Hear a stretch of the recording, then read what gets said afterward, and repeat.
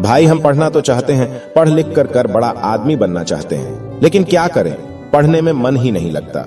यह दुविधा किसी एक स्टूडेंट की नहीं है, बल्कि दुनिया के लाखों करोड़ों स्टूडेंट्स की है। लाखों स्टूडेंट भविष्य को लेकर बड़े बड़े सपने देखते हैं और उन्हें पूरा करने के लिए मन लगाकर पढ़ाई करते हैं, परंतु कुछ समय बाद उनका मन पढ़ाई से उचटने लगता है। जीवन के कशमकश में उलझकर वे अपने लक्ष्य से भटकने लगते हैं। ऐसे स्टूडेंट्स के लिए मैंने यह मोटिवेशनल स्पीच हिंदी में लिखी है। इस मोटिवेशनल स्पीच को पढ़कर आपके अंदर पढ़ाई की आग लग जाएगी, इस बात की मैं गारंटी देता हूं। हाँ तो भाई मेरे पहले तुम मुझे एक बात बताओ कि पढ़ने में तुम्हारा मन नहीं लगता तो किस चीज में लगता है?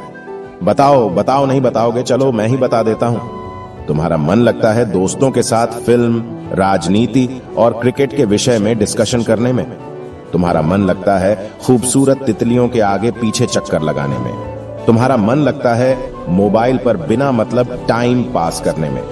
और जानते हो मुझे ये सब कैसे पता है? क्योंकि मैं भी इस सिचुएशन से गुजर चुका हूं, इसलिए मैं इन बातों की सच्चाई से वाकिफ हूं। जानना चाहते हो सच्चाई तो सुनो। तुम जिन्हें अपना दोस्त कहते हो ना, वास्तव में वे तुम्हारे दुश्मन हैं, क्योंकि जो तुम्हें तुम्हारे लक्ष्य से दूर करें वह तुम्हारा दोस्त नहीं हो सकता। जो तुम्हें गलत रास्ते पर ले जाए वह तुम्हारा दोस्त नहीं हो सकता। शायद यह बात तुम्हें आज समझ में ना आए, लेकिन एक ना एक दिन तुम इस बात को जरूर समझोगे। लेकिन अभी बस इतना समझ लो कि तुमसे अच्छा तुम्हारा और कोई दोस्त नहीं है, क्योंकि सारे दोस्त तुमको धोखा दे सकते हैं, लेकिन खुद को तुम कभी भी धोखा नहीं दे सकते। अब तुम इसका यह मतलब मत समझ लेना कि मैं तुम्हें तुम्हारे बाकी दोस्तों से दूर करना चाहता हूं। मैं तो तुम्हें बस इतना बताना चाहता हूं कि तुम्हारे लिए सबसे इंपॉर्टेंट क्या है। तुम सबसे मिलना, सबसे बात करना, लेकिन टाइम पास के लिए नहीं। अब आते हैं तुम्हारे असली सवाल पर कि पढ़ाई में मन तुम्हारा क्यों नहीं लगता। तो भाई मेरे, अगर तुम्हारा मन पढ़ाई में नहीं लगता तो इसका मतलब है कि तुम्हारे जिंदगी का कोई मोटिव ही नहीं है। अपने ड्रीम्स को लेकर तुम्हारा विजन क्लियर ही नहीं है और तुम अपने जिंदगी को लेकर गंभीर नहीं हो। इसलिए तुम सबसे पहले अपने लाइफ का कोई गोल डिसाइड करो कि तुमको लाइफ में क्या करना है, क्या अचीव करना है।